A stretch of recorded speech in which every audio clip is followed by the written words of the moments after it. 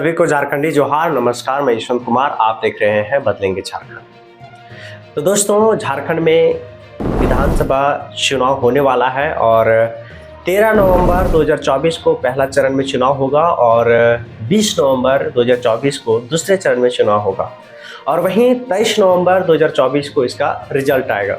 तो बड़कागांव विधानसभा में 13 नवंबर को चुनाव होने वाला है और जितने भी नेता हैं, जितने भी कार्यकर्ता हैं, सभी लोग जोरों शोरों से अपनी तैयारी में जुट चुके हैं। कल रात मुखिया जी दिनेश साहू जी के द्वारा एक बैठक बुलाई गई थी और उस बैठक में सभी लोगों ने यह निर्णय लिया कि इस बार अंबा प्रसाद को हमें फिर से एक बार जिताना है। दोस्तों, इस बैठक में जितने भी सारे लोग आपको दिखाई देंगे, मैं आपको वीडियो को दिखाऊंगा। उसके दिखाने से पहले मैं आपको जरा सा बता दूं कि इस बैठक में हर एक समुदाय के लोग, चाहे वो हिंदू हो, मुसलमान हो या फिर और भी किसी समुदाय से हो, सभी समुदाय के लोग पहुंचे थे और यह फैसला किया गया, यह निर्णय लिया गया। सभी लोग संकल्प लिए कि इस बार फिर से हमें अंबा प्रसाद को जिताना है और इस बार मंत्री का कोई पोस्ट दिलाना है। तो चलिए हम बिना देर किए हुए पहले इस वीडियो को देखते हैं। अंबा प्रसाद जिंदाबाद, निर्मला देवी जिंदाबाद, वीर जोगेंद्र जिंदाबाद। हमारा वोट कहाँ पड़ेगा? हमारा वोट कहाँ पड़ेगा?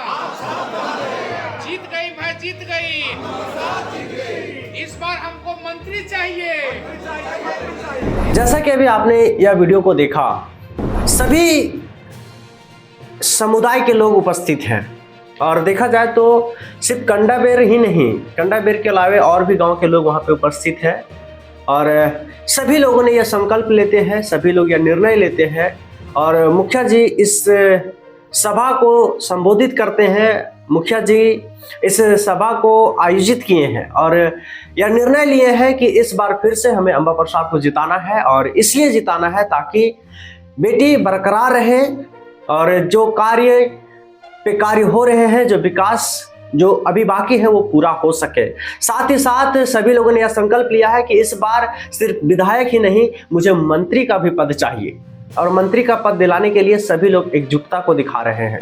सभी की जानकारी के लिए मैं बता दूं कि इस बार के बड़कागांव विधानसभा चुनाव में देखा जाए तो बहुत बड़ा मुकाबला होने वाला है और मैं इसलिए ऐसा कह रहा हूं क्योंकि इस बार आजसू के जो नेता रोशन लाल चौधरी जो आजसू के सिंबल पे चुनाव लड़ते थे, वो इस बार भाजपा के सिंबल पे चुनाव लड़ेंगे और पहला कह सकते हैं कि मुसीबत अंबा प्रसाद के लिए, चुनौती कह सकते हैं अंबा प्रसाद के लिए रोशन लाल चौधरी हो सकते हैं। दूसरी तरफ जयराम महतो की पार्टी जो JLKM जो है, उसके भी जो नेता है बालेश्वर कुमार महतो, वो भी दूसरा चुनौती अंबा प्रसाद के लिए हो सकते हैं। ऐसा इसलिए मैं कह रहा हूं कि जिस रीति से, जिस प्रकार से बड़कागांव में लहर चल रहा है, यहाँ पर त्रिकोणीय मतदान होने वाला है और कुछ कहा नहीं जा सकता है कि इस बार के बड़कागांव विधानसभा सीट कौन जीतेगा, कौन विधायक बनेगा। लेकिन जिस तेज गति से अंबा प्रसाद के कार्यकर्ता कार्य कर रहे हैं, जिस तेज गति से देखा जाए तो अंबा प्रसाद के जो समर्थक हैं, जो अपने गांव में, अपने मोहल्ले में, अपने समाज में जिस प्रकार से काम कर रहे हैं, ऐसा प्रतीत हो रहा है कि इस बार फिर से अंबा प्रसाद जीतने वाली है।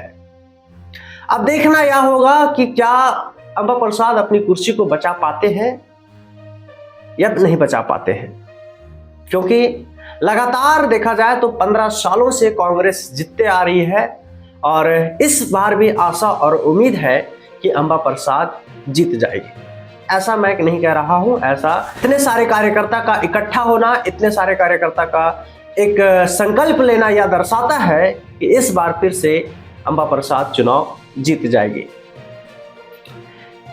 15 सालों में देखा जाए तो अंबा प्रसाद के पूरे परिवार, शुरुआत में पहली बार चुनाव योगेंद्र साहू जीते थे तो उस समय उनको कृषि मंत्री बनाया गया था, लेकिन किसी कारण, किसी वजह से उनको जेल भेज दिया गया।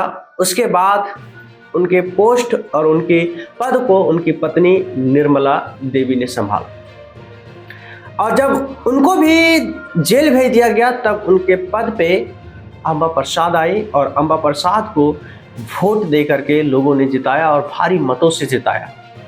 और उस समय इसलिए जिताया कि दोनों का जो परिस्थिति था, जो जेल भेज दिया गया था, वो कहीं ना कहीं देखा जाए तो के साथ न्याय नहीं हुआ, जिसकी वजह से अंबा प्रसाद को राजनीतिक में उतरना पड़ा।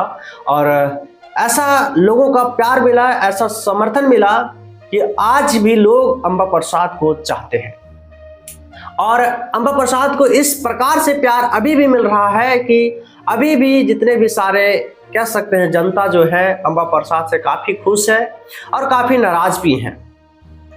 अब क्या अंबा प्रसाद नाराज जो लोग हैं उनको मना पाएंगे? और जो विकास के कार्य अभी तक रुका है, जहां कहीं अभी भी समस्याएं हैं, क्या उस समस्याओं का समाधान अंबा प्रसाद दिला पाएंगे? तो हमारे साथ जुड़े रहे इसी तरह के खबरों के लिए। मैं इसी तरह की खबर आपके सामने लाता रहूंगा। और जो साथी मुझे अभी तक मेरे चैनल को सब्सक्राइब नहीं किए हैं, प्लीज़ सब्सक्राइब कर लें ताकि मैं और भी अच्छी से अच्छी खबर आपके सामने लाता रहूं। धन्यवाद।